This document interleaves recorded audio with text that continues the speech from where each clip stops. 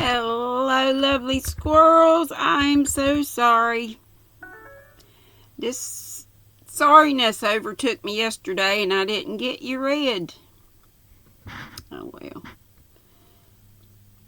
Dollar Tree. I took lights back so I didn't spend but a couple dollars. Because I can't. Yeah, I took the lights back because one of them was plug in and it just didn't work out where my receptacles are. And the other one I just figured I wouldn't get it put up, so I'm not decorated for Halloween. Can't even get to my witch hat. Oh well. We'll just imagine. We'll just get into this book. Okay, I'm going to go back just a wee bit. The last sentence was, the pedagogue's mouth watered as he looked upon the sumptuous promise. Or maybe this was right where I was. Anyway, promise of luxurious winter fare. In his devouring mind's eye, he pictured to himself every roasting pig running about with a pudding in his belly and an apple in his mouth. The pigeons were snugly put to bed in a comfortable pie and tucked in with a coverlet of crust. The geese were swimming in their own gravy, and the ducks pairing cozily in dishes like snug married couples, with a decent competency of onion sauce. In the porkers he saw carved out the future's sleek side of bacon and juicy relishing ham, not a turkey, but he beheld daintily trussed up with its gizzard under its wing, and peradventure a necklace of savory sausages, and even bright Chanticleer himself lay sprawling on his back in a side dish with uplifted claws, as if craving that quarter which his chivalrous spirit disdained to ask while living. Chanticleer is a rooster? Maybe just chicken. As the enraptured Ichabod fancied all this, and as he rolled his great green eyes over the fat meadowlands, the rich fields of wheat, of rye, of buckwheat, and Indian corn, and the orchards burdened with ruddy fruit which surrounded the warm tenement of Van Tassel, his heart yearned after the damsel who was to inherit these domains, and his imagination expanded with the idea how they might be readily turned into cash, and the money invested in immense tracts of wild land, with shingle palaces in the wilderness. Nay, his busy fancy already realized his hopes, and presented to him the blooming Katrina with her whole family of children mounted on the top of a wagon loaded with household trumpery, with pots and kettles dangling beneath, and he beheld himself bestriding a pacing mare with a colt at her heels, setting out for Kentucky, Tennessee, or Lord knows who where. Or the Lord knows where. When he entered the house, the conquest of his heart was complete. It was one of those spacious farmhouses with high-ridged but lowly sloping roofs, built in the style handed down from the first Dutch settlers. The low projecting eaves forming a piazza along the front, capable of being closed up in bad weather. Under this were hung flails, harness, various utensils of husbandry, and nets for fishing in the neighboring river. Benches were built along the sides for summer use, and a great spinning wheel at one end and a churn at the other showed the various uses to which this important porch might be devoted. From this piazza the wondering Ichabod entered the hall which formed the center of the mansion, and the place of usual residence. Here rows of resplendent pewter, ranged on the long dresser, dazzled his eyes. In one corner stood a huge bag of wool ready to be spun. In another, a quantity of linsey woolsey just from the loom. They were Linsey hyphen Woolsey.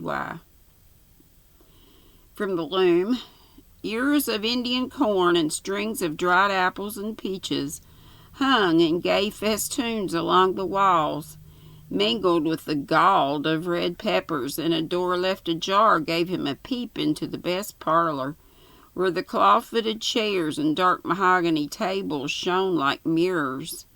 Andirons, with their accompanying shovel and tongs, glistened from their covert of asparagus tops. Mock oranges and conch shells decorated the mantelpiece. Strings of various colored birds' eggs were suspended above it. A great ostrich egg was hung from the center of the room in a corner cupboard. Seems kind of strange. Knowingly left open displayed immense treasures of old silver and well-mended china.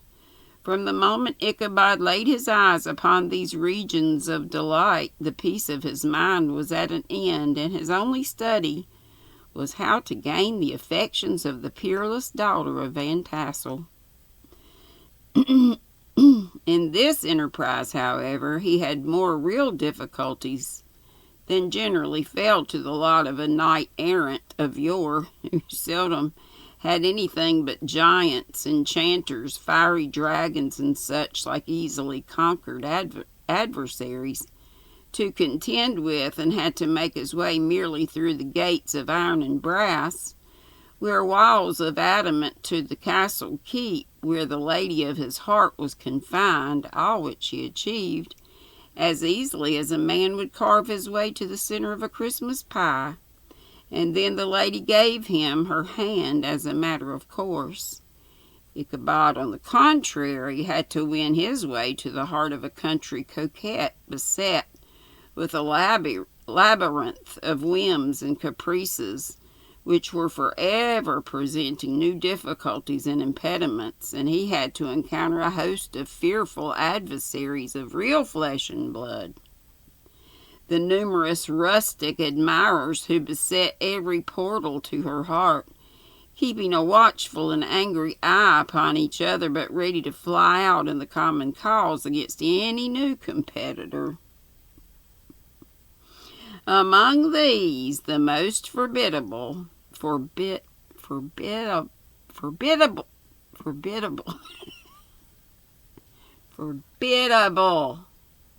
shit. Okay, where am I? It's Brom Bones, but okay. Was a burly, roaring, roistering blade of the name of Abraham, or, according to the Dutch abbreviation, Brom Van Brunt. I thought it was Brom Bones. Yeah, we come into that.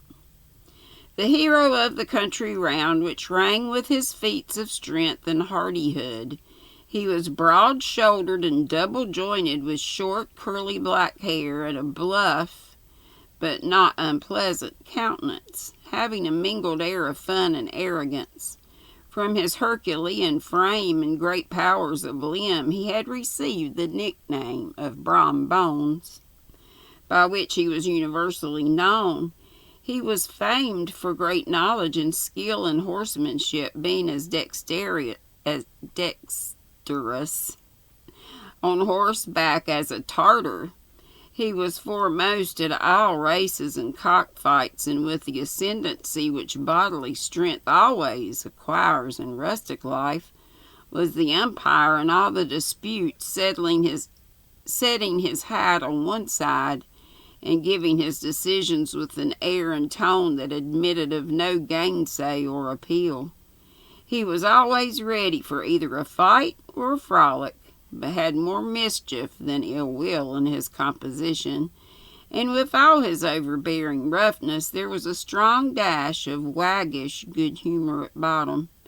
He had 3 or 4 boon companions who regarded him as their model, and at the head of whom he scoured the country, attending every scene of feud or merriment for miles around.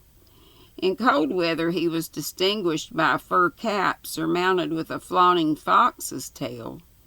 And when the folks at a country gathering descried this well-known crest at a distance, whisking about among a squad of hard riders, they always stood by for a squall. Sometimes his crew would be heard dashing along past the farmhouses at midnight with whoop and hollow, like a troop of Don Cossacks. And the old dames, startled out of their sleep, would listen for a moment till the hurry-scurry had clattered by, and then exclaim, "Aye, there goes Brom Bones and his gang." The neighbors looked upon him with a mixture of awe, admiration, and goodwill, and when any madcap prank or rustic brawl occurred in the vicinity, always shook their heads and warranted Brom Bones was at the bottom of it. The Rantipole hero had for some time singled out the blooming Katrina for the object of his uncouth gallantries, and though his amorous toyings were something like the gentle caresses and endearments of a bear, yet it was whispered that she did not altogether discourage his hopes. Certain it is, his advances were signals for rival candidates to retire who felt no inclination to cross a lion in his armors, insomuch that when his horse was seen tied to Van Tassel's paling on a Sunday night, a sure sign that his master was a courting, or as it is termed, sparking, with all other suitors passed by in despair and carried the war on into other quarters. Such was the formidable rival with whom Ichabod Crane had to contend, and considering all things, a stouter man than he would have shrunk from the competition, and a wiser man would have despaired. He had, however, a happy mixture of pliability and perseverance in his nature. He was in form and spirit like a supple jack, wielding, but tough. Though he bent, he never broke, and though he bowed beneath the slightest pressure, yet the moment it was away, jerk, he was as erect and carried his head as high as ever. To have taken the field openly against his rival would have been madness, for he was not a man to be thwarted in his amours, any more than that stormy lover Achilles. Ichabod therefore made his advances in a quiet and gentle, insinuating manner, under cover of his character of singing master. He made frequent visits at the farmhouse, not that he had anything to apprehend from the meddlesome interference of parents, which is so often a stumbling block in the path of lovers. Balt Van Tassel was an easy, indulgent soul. He loved his daughter better even than his pipe, and like a reasonable man, an excellent father, let her have her way in everything. His notable little wife, too, had enough to do to attend to her housekeeping and manage her poultry, for, as she sagely observed, ducks and geese are foolish things and must be looked after, but girls can take care of themselves. Thus, while the busy dame bustled about the house or plied her spinning wheel at one end of the piazza, honest Balt would sit smoking his evening pipe at the other, watching the achievements of a little wooden warrior, who, armed with a sword in each hand, was most valiantly fighting the wind on the pinnacle of the barn. In the meantime, Ichabod would carry on his suit with the daughter by the side of the spring under the great elm, or sauntering along in the twilight, that hour so favorable to the lover's eloquence. I profess not to know how women's hearts are wooed and won. To me, they have always been matters of riddle and admiration. Some seem to have but one vulnerable point or door of access, while others have 1,000 avenues and may be captured in 1,000 different ways. It's a great triumph of skill to gain the former, but a still greater proof of generalship to maintain possession of the latter. for a man must battle for his fortress at every door and window. He who wins 1,000 common hearts is therefore entitled to some renown, but he who keeps undisputed sway over the heart of a coquette is indeed a hero.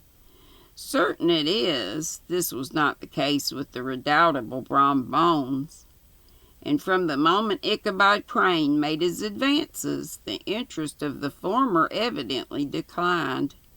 His horse was no longer seen tied to the palings on Sunday nights, and a deadly feud gradually arose between him and the preceptor of Sleepy Hollow.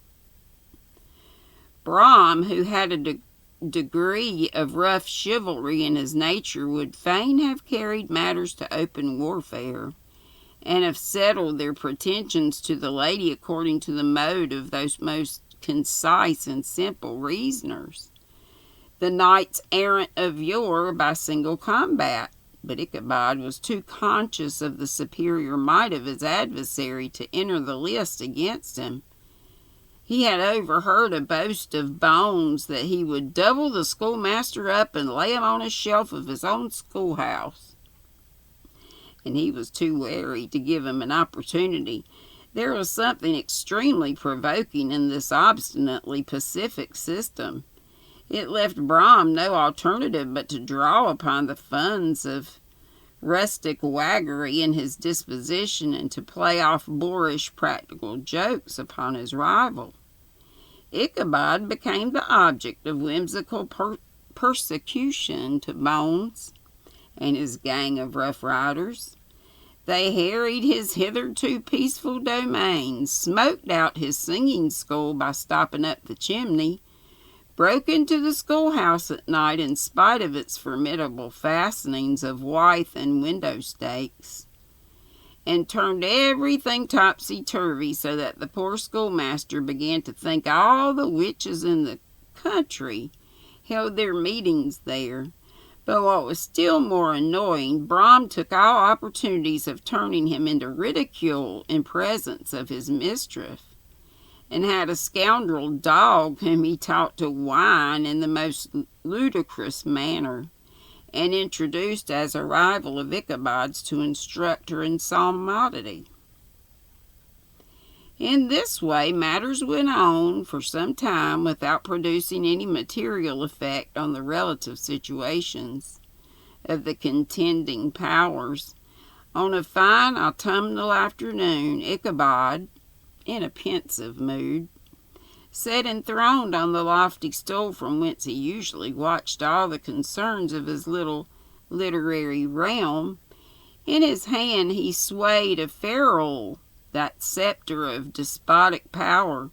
The birch of justice reposed on 3 nails behind the throne, a constant terror to evildoers, while on the desk before him might be seen sundry contraband articles and prohibited weapons detected upon the persons of idle urchins, such as half-munched apples, pop-guns, whirligigs, fly-cages, and whole legions of rampant little paper gamecocks.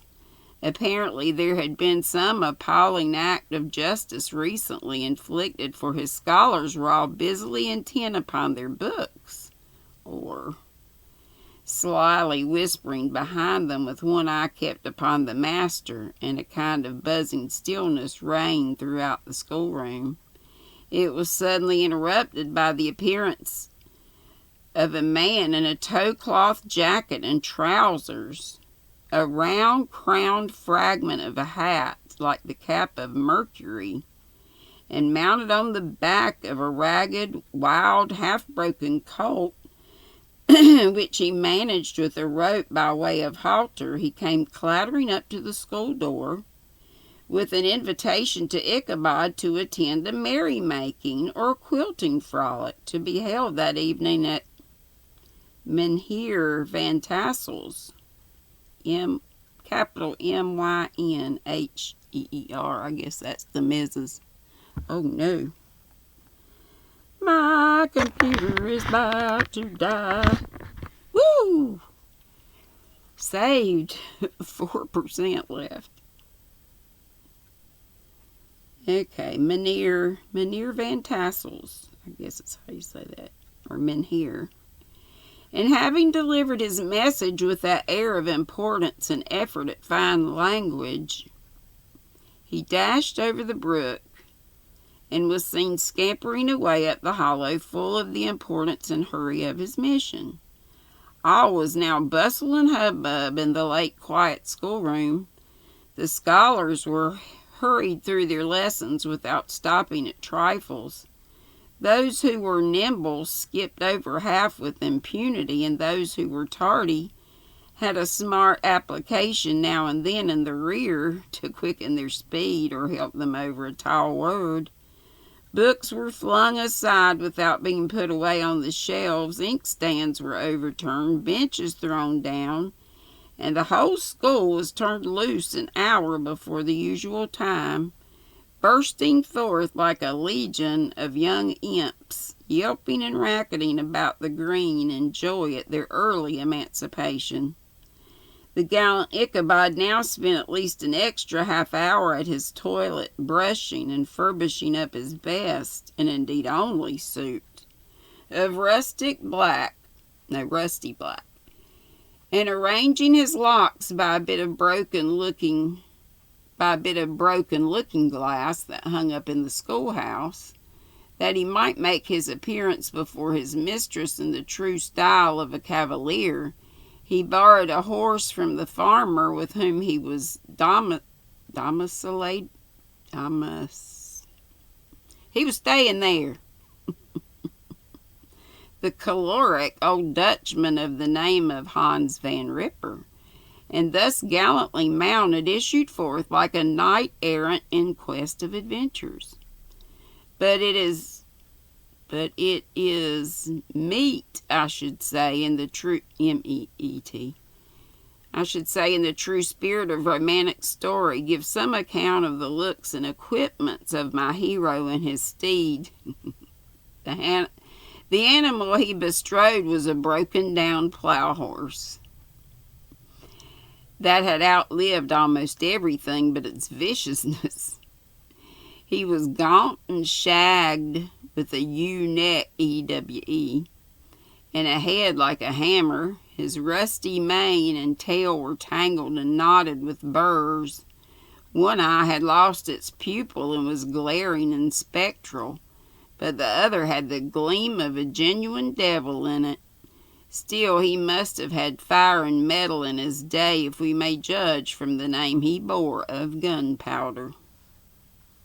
He had, in fact, been a favorite steed of his master's, the choleric Van Ripper, who was a furious rider, and had infused very probably some of his own spirit into the animal. For old and broken down as he looked, there was more of the lurking devil in him than in any young filly in the country. Ichabod was a suitable figure for such a steed. He rode with short stirrups which brought his knees nearly up to the pommel of the saddle. His sharp elbows stuck out like a grasshopper's. He carried his whip perpendicularly in his hand like a scepter, and as his horse jogged on, the motion of his arms was not unlike the flapping of a pair of wings. Can't you see him? Yikes. Here's my bag coming along. It's at least flipping up now. Fell off my lap.